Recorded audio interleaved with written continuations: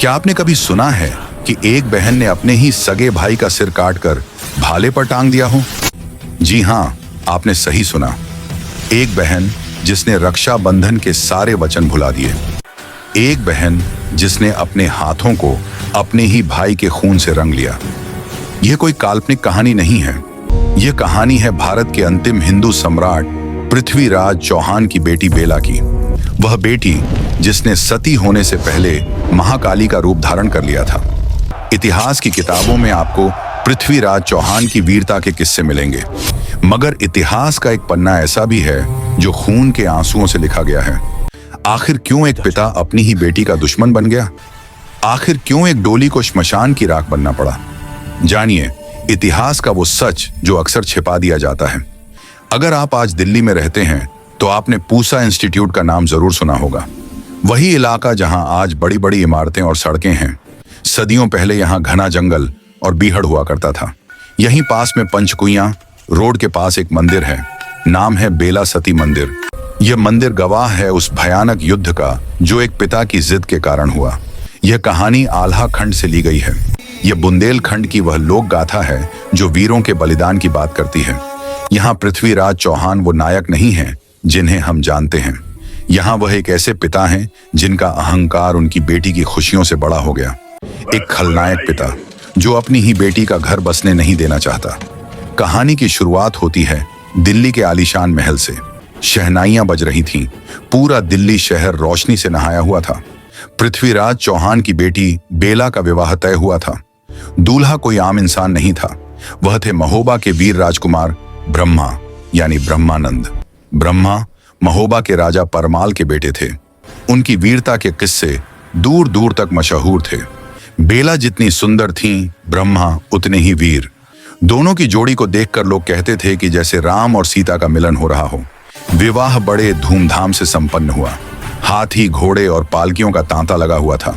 महोबा से आल्हा और ऊदल जैसे महान योद्धा बारात लेकर आए थे। सब कुछ ठीक चल रहा था। रिश्ते जुड़े, रस्में हुई और विवाह हो गया। मगर असली कहानी तो अब शुरू होनी थी। उस समय एक रिवाज होता था, गौना। शादी के कुछ समय बाद वधू को विदा करा के ससुराल ले जाया जाता था। विवाह के बाद ब्रह्मा अपनी बारात लेकर महोबा लौट गए। तय हुआ कि कुछ समय बाद बेला का गौना होगा, लेकिन किस्मत को कुछ और ही मंजूर था। समय बीतता गया। बेला अपने पिता के घर में अपने पति के इंतजार में दिन काट रही थी। उधर महोबा में राजकुमार ब्रह्मा अपनी पत्नी को लाने के लिए बेचैन थे। आखिरकार गौना का समय आ गया। महोबा से संदेश आया कि हम अपनी बहू को लेने आ रहे हैं। दिल्ली में तैयारी शुरू होनी चाहिए थी, मगर यहां तो माहौल ही कुछ और था। पृथ्वीराज चौहान अपनी सभा में बैठे थे। उनके चेहरे पर एक अजीब सी सख्ती थी। तभी उनके कुछ दरबारियों ने उनके कान भरने शुरू कर दिए। दरबारी बोले, महाराज, महोबा वाले आपसे रिश्ते में छोटे हैं। अगर उन्होंने आपकी बराबरी करने की कोशिश की तो यह दिल्ली की शान के खिलाफ होगा। कहा जाता है कि विवाद की वजह नगाड़े थे। उस समय नियम था कि दिल्ली की सीमा में सिर्फ पृथ्वीराज का नगाड़ा बज सकता था, लेकिन महोबा के वीरों का नियम था कि उनका नगाड़ा कभी बंद नहीं होता। यह सिर्फ एक नियम नहीं था, यह मूंछ की लड़ाई थी। यह अहंकार का टकराव था। पृथ्वीराज ने ठान लिया कि वह महोबा वालों को झुकने पर मजबूर कर देंगे। पृथ्वीराज ने भरे दरबार में ऐलान कर दिया, पृथ्वीराज, सुनो सब लोग, महोबा वालों से कह दो, अगर बेला का गौना कराना है तो उन्हें हमारी शर्तें माननी होंगी। उन्हें दिल्ली के दरवाजे पर अपना सिर झुकाकर आना होगा, बिना नगाड़े, बिना शान शौकत के, जैसे कोई याचक आता है। यह खबर जब बेला तक पहुंची तो वह सन्न रह गई। वह दौड़ी दौड़ी अपने पिता के पास गई। बेला की आंखों में आंसू थे। बेला, पिताजी, यह आप क्या कह रहे हैं? पिताजी, ब्रह्मा मेरे पति हैं, महोबा के राजकुमार हैं। आप उनका अपमान कैसे कर सकते हैं? पृथ्वीराज ने अपनी बेटी की तरफ देखा। उनकी आंखों में पिता का प्यार नहीं, एक सम्राट का अहंकार था। पृथ्वीराज, बेला, तुम अभी बच्ची हो। तुम नहीं जानती कि राजपूताना शान क्या होती है। हमने महोबा को अपनी बराबरी पर बैठने दिया, यही हमारी भूल थी। अब उन्हें उनकी औकात दिखानी होगी। बेला, मगर पिताजी, इससे मेरा घर उजड़ जाएगा। जिद छोड़ दीजिए, मुझे मेरे पति के पास जाने दीजिए। पृथ्वीराज, खामोश। पृथ्वीराज चौहान जो फैसला ले लेता है उसे कोई नहीं बदल सकता। गौना तभी होगा जब महोबा वाले हमारी शर्तों पर नाक रगड़ेंगे। उधर महोबा में जब यह संदेश पहुंचा तो भूचाल आ गया। राजकुमार ब्रह्मा का खून खौल उठा। आल्हा और ऊदल, जो ब्रह्मा को अपने छोटे भाई से बढ़कर मानते थे, क्रोध से लाल हो गए। यह सिर्फ ब्रह्मा का अपमान नहीं था, यह पूरे महोबा का अपमान था। ब्रह्मा ने अपनी तलवार निकाल ली। ब्रह्मा, अगर पृथ्वीराज को अपनी ताकत का इतना ही गुमान है तो ठीक है, हम दिल्ली जाएंगे, लेकिन सिर झुकाकर नहीं, सिर उठाकर, और बेला को डोली में नहीं, अपनी जीत के रथ पर बैठाकर लाएंगे। ऊदल ने भी अपनी तलवार हवा में लहराई। ऊदल, भैया, अब बात बातों से नहीं बनेगी। अब दिल्ली की धरती पर महोबा के घोड़ों की टाप गूंजेगी। तैयारी करो, हम दिल्ली कूच करेंगे। दिल्ली के महलों में खामोशी थी। बेला अपने कक्ष में बैठी रो रही थी।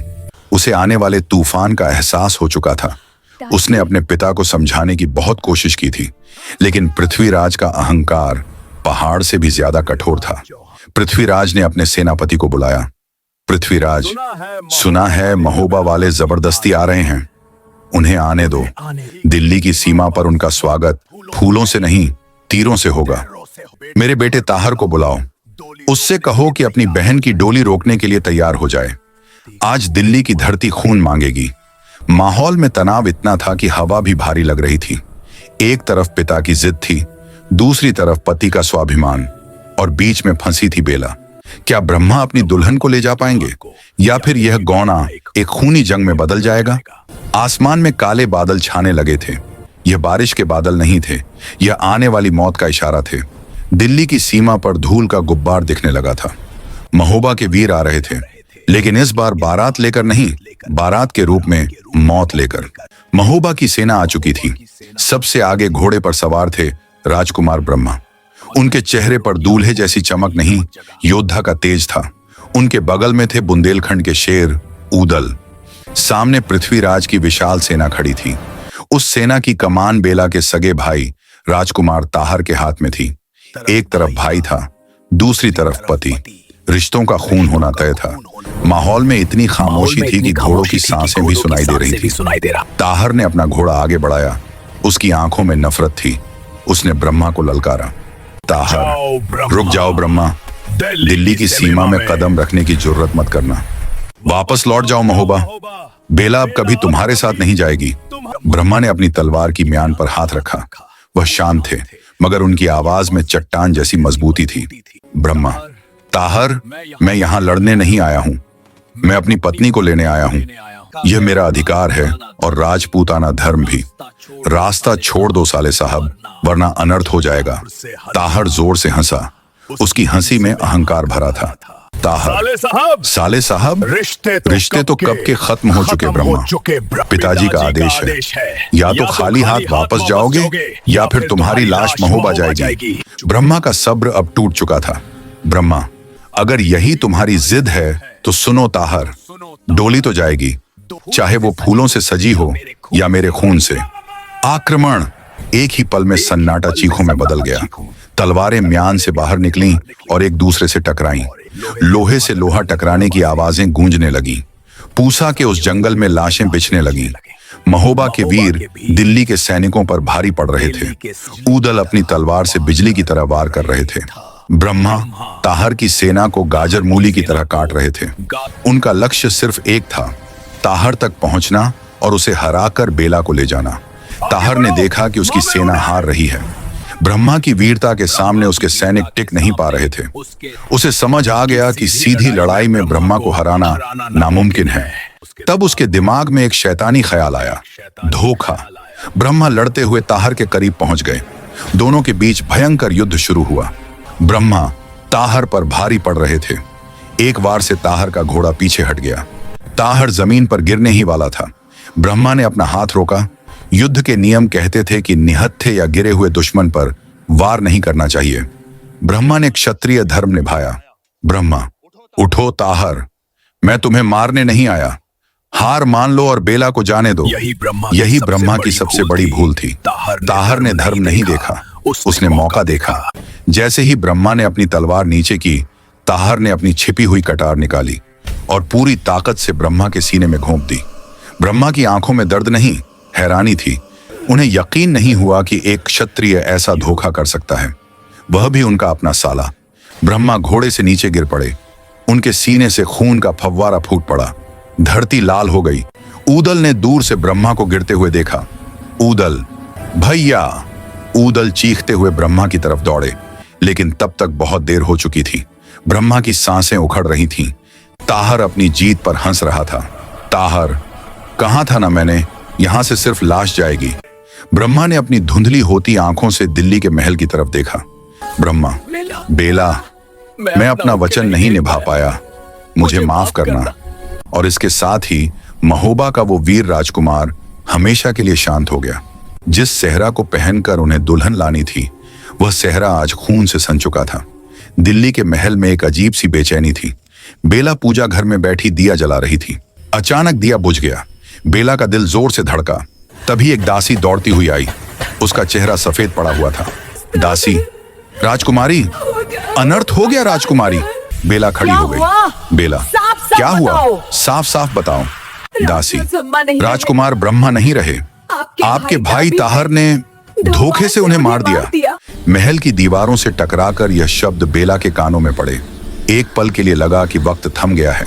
सबको लगा बेला रोएगी, चीखेगी। बेला नहीं रोई। उसकी आंखों से आंसू नहीं गिरे। उसकी आंखें अंगारों की तरह लाल हो गईं। उसने अपने सुहाग की चूड़ियों की तरफ देखा। फिर उसने दीवार पर टंगी भारी तलवार की तरफ देखा। बेला ने वह तलवार उठा ली। उसका रूप बदल चुका था। अब वह एक पत्नी नहीं थी, वह साक्षात काली बन चुकी थी। बेला, पिताजी ने कहा था कि डोली नहीं उठेगी। अब डोली भी उठेगी और अर्थी भी। मेरे पति का खून मेरे भाई के खून से धुलेगा। बेला नंगी तलवार लेकर महल से बाहर निकल पड़ी। युद्ध के मैदान में अचानक एक अजीब सी खामोशी छा गई। तलवारें थम गईं। सबकी निगाहें दिल्ली के दरवाजे की तरफ मुड़ गईं। वहां जो दृश्य था, उसे देखकर अच्छे अच्छे वीरों का कलेजा कांप गया। महल से राजकुमारी बेला चली आ रही थी, लेकिन वह अब राजकुमारी नहीं लग रही थी। उनकी आंखों में आंसू नहीं थे, बल्कि खून उतर आया था। बिखरे हुए बाल, हाथ में नंगी तलवार, लाल साड़ी जो अब युद्ध के मैदान की धूल से सन चुकी थी, वह साक्षात देवी काली का रूप लग रही थी। दिल्ली और महोबा दोनों सेनाएं रास्ता छोड़ने लगीं। किसी में हिम्मत नहीं थी कि उस शेरनी का रास्ता रोक सके। बेला सीधे वहां पहुंची जहां उसके पति ब्रह्मा का शव पड़ा था, और पास ही खड़ा था उसका हत्यारा, उसका अपना भाई ताहर। ताहर ने अपनी बहन को इस रूप में देखा तो वह भी सहम गया, मगर उसका अहंकार अभी भी जिंदा था। ताहर, बेला, यह औरतों की जगह नहीं है। महल वापस जाओ। जो हुआ वह युद्ध का नियम था। मैंने दुश्मन को मारा है। बेला ने ताहर की तरफ देखा। उसकी आवाज में इतनी ठंडक थी कि ताहर की रीढ़ में सिहरन दौड़ गई। बेला, दुश्मन? वह मेरा सुहाग था ताहर। तुमने युद्ध नहीं किया, तुमने पीठ पीछे वार किया है, एक कायर की तरह। ताहर चिल्लाया। ताहर, जुबान संभालो बेला, मैं तुम्हारा बड़ा भाई हूँ। मैं अभी भी तुम्हें माफ कर सकता हूँ। तलवार फेंक दो। बेला ने तलवार को और कसकर पकड़ लिया। बेला, भाई? वह भाई तो उसी पल मर गया था जब उसने मेरी राखी का मान नहीं रखा। आज यहाँ कोई भाई बहन नहीं खड़ा है। आज यहाँ एक विधवा खड़ी है अपने पति के हत्यारे के सामने। उठा अपनी तलवार ताहर, आज फैसला होकर रहेगा। दृश्य, ताहर का वध इतिहास गवाह है कि उस दिन एक अबला ने सबला का रूप धरा था। बेला ताहर पर टूट पड़ी। ताहर को लगा था कि एक लड़की उससे क्या लड़ेगी, मगर बेला के हर वार में प्रतिशोध की आग थी। बिजली जैसी तेजी थी। ताहर घबराने लगा। वह पीछे हटने लगा। बेला ने उसे संभलने का मौका नहीं दिया। बेला, यह वार मेरे पति के लिए। एक जोरदार वार ताहर की ढाल पर पड़ा। ताहर का संतुलन बिगड़ा। बेला, और यह वार उस विश्वासघात के लिए। बेला ने पूरी ताकत से तलवार घुमाई। अगले ही पल एक भयानक दृश्य दिखा। ताहर का सिर उसके धड़ से अलग होकर दूर जा गिरा। युद्ध भूमि में सन्नाटा पसर गया। एक बहन ने अपने ही भाई का वध कर दिया था। न्याय हो चुका था, मगर इस न्याय की कीमत बहुत भारी थी। ताहर को मारने के बाद बेला का क्रोध शांत हुआ। वह घुटनों के बल बैठ गई। उसने अपने पति ब्रह्मा के शव को गोद में उठा लिया। अब उसकी आंखों से आंसू बह निकले। बेला, स्वामी, मैंने अपना वचन पूरा किया। आपका हत्यारा अब जिंदा नहीं है, लेकिन आपके बिना ये जीवन मेरे लिए राख है। बेला ने आदेश दिया, चिता सजाओ। आज मैं अपने स्वामी के साथ अग्नि स्नान करूंगी। लकड़ियां इकट्ठी की गईं, एक विशाल चिता सजाई गई। बेला चिता पर बैठी। उसने अपनी गोद में अपने पति ब्रह्मा का सिर रखा और दूसरे हाथ में अपने भाई ताहर का कटा हुआ सिर। ये दृश्य देखकर पत्थर दिल सैनिक भी रो पड़े। एक तरफ पति का प्रेम था, दूसरी तरफ भाई को मारने का प्रायश्चित। बेला ने अग्नि को नमन किया। आग की लपटें आसमान छूने लगीं। देखते ही देखते वह वीरांगना उस पवित्र अग्नि में विलीन हो गई। डोली तो नहीं उठी, मगर उस दिन 2 अर्थियां साथ जली। आग शांत हो गई, मगर वह कहानी आज भी जिंदा है। दिल्ली में पंचकुइया रोड के पास उस पुराने जंगल वाले इलाके में आज भी एक मंदिर खड़ा है, बेला सती मंदिर। लोग कहते हैं कि यह मंदिर उसी जगह बना है जहां बेला सती हुई थी। जब आप आज वहां जाएंगे तो आपको वहां एक अजीब सी शांति मिलेगी। यह मंदिर हमें याद दिलाता है उस प्रेम की जो मौत से भी गहरा था, और उस जिद की जिसने सब कुछ तबाह कर दिया। पृथ्वीराज चौहान का अहंकार हार गया और एक बेटी का प्रेम जीत गया, मगर इस जीत में सब कुछ हारना पड़ा। दोस्तों, इतिहास की यह कहानी हमें सोचने पर मजबूर करती है। क्या एक पिता की मुंह की लड़ाई उसकी बेटी की खुशियों से बड़ी होती है? क्या झूठी शान के लिए खून बहाना जायज है? आप इस बारे में क्या सोचते हैं?